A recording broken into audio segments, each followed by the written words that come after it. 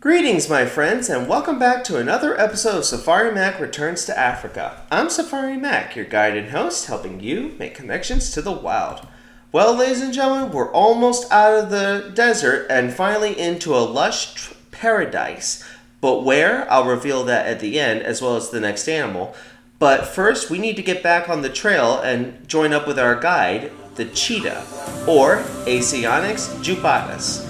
So we're getting close to the end of part one of our journey through Africa, and I'm really excited to get into the next area. But before we begin, we got to get back to our cheetah guide, and as always, if you're new to my channel, hit that like and subscribe button. Check out my Facebook page for content on conservation, and if you have a question or if there's an animal request, just send me an email, which you will always find the link to down in my description below. But if you're ready, let's get back to it. With the wild things. Who's heard of a king cheetah? No, that's not a cheetah that's king of all cheetahs. The king cheetah is really it's an occurrence of a rare genetic mutation that gives the cat a special cream-like coloring of fur and these big black blotches that are like stripes that run down from their back all the way to their tails. So think of this as the cheetah version of when you find a rare occurrence like a black leopard, a black jaguar, even a white tiger, right? In fact, believe it or not, there's said to be only 10 of these cats currently walking the continent of Africa. So this is like a really rare occurrence. If you ever get to see them, I consider you lucky. Now, another unusual thing about cheetahs, they hunt during the middle of the day. Why do you think they would do that in the middle of the heat of the day?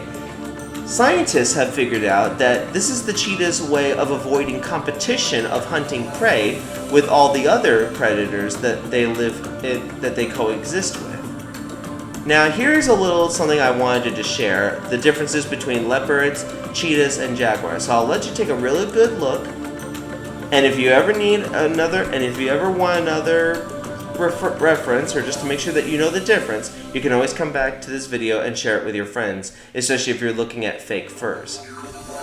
Finally, who remembers my episode of the honey badger where I mentioned how honey badgers seem to help other animals in weird ways? This is one of them. As you can see in the top, this is a honey badger, and then at the bottom is a cheetah cub. So the cheetah cub has this thing called mantle fur, which is on their neck all the way down to their back, and at first it may confuse you with, if you were looking from up above, you may mistake it for a honey badger. At least that's what it does with other predators such as hyenas or lions, because they don't want to mess with honey badgers. They want to stay away from them. So for a while, this kind of gives cheetah cubs a little bit of an edge over other animals. That is as long as it doesn't draw attention to itself, and of course as long as it stays quiet. Yet even that mantle of hair, or the adult's ability to run fast, even that's no guarantee of safety today. Cheetahs still face problems and challenges, and a lot of problems come from humans, as well as another unexpected source. One, cheetahs sadly have been hunted by poachers for their beautiful skins to make into women's fashion.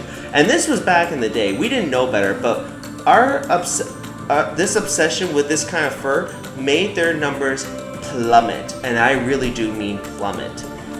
Another problem that cheetahs face is they suffer from revenge kills for livestock loss by villagers or from farmers. Now, of course, they're just trying to survive, but of course the farmer is also trying to make their living too. Another problem that might surprise you is actually the national parks. Now, you're probably thinking, how could the national parks be a problem for cheetahs? I mean, they're a safe haven, right? They are, but there's also a higher population density of lions, leopards, and hyenas. They're natural enemies and competition. And these guys would love nothing more than to get rid of the competition by killing cubs and even adults. That's right, lions have even been known to actually hunt and kill cheetahs as adults to wipe out future competition. And who remembers last week when I mentioned the Asiatic cheetah, how they're now only reduced to Iran?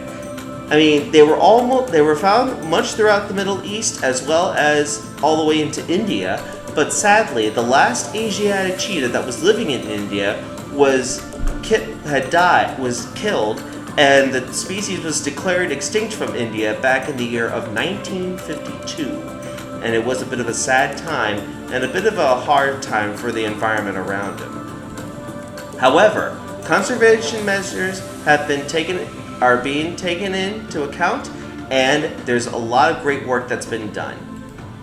Now, if you've been following me for a long time, you probably will remember my little mini-series of Conservation Conversation, where I had been following cheetahs being reintroduced to India with the help of different African countries. And despite some major hiccups in the projects with some cheetahs' deaths or sicknesses and such, it is proving to be a major success, and there are future plans to put cheetahs in other parts of India to reintroduce the species and bring harmony and a kind of natural flow back to India's grasslands.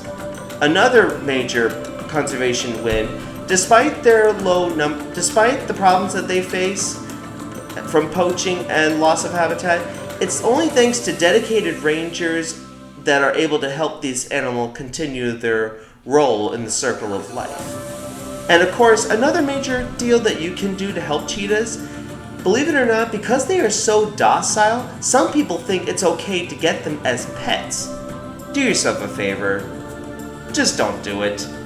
It's immoral, and it just doesn't look right.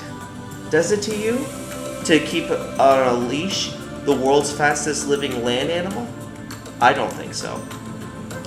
Ladies and gentlemen, I say we thank the cheetah for its guidance, and I'll say it in Swahili, asante sana, and we are now entering the Okavango Delta, the world's largest inland delta, where next week we meet up with one of its most special, but also one of the most dangerous animals in all of Africa, the hippo.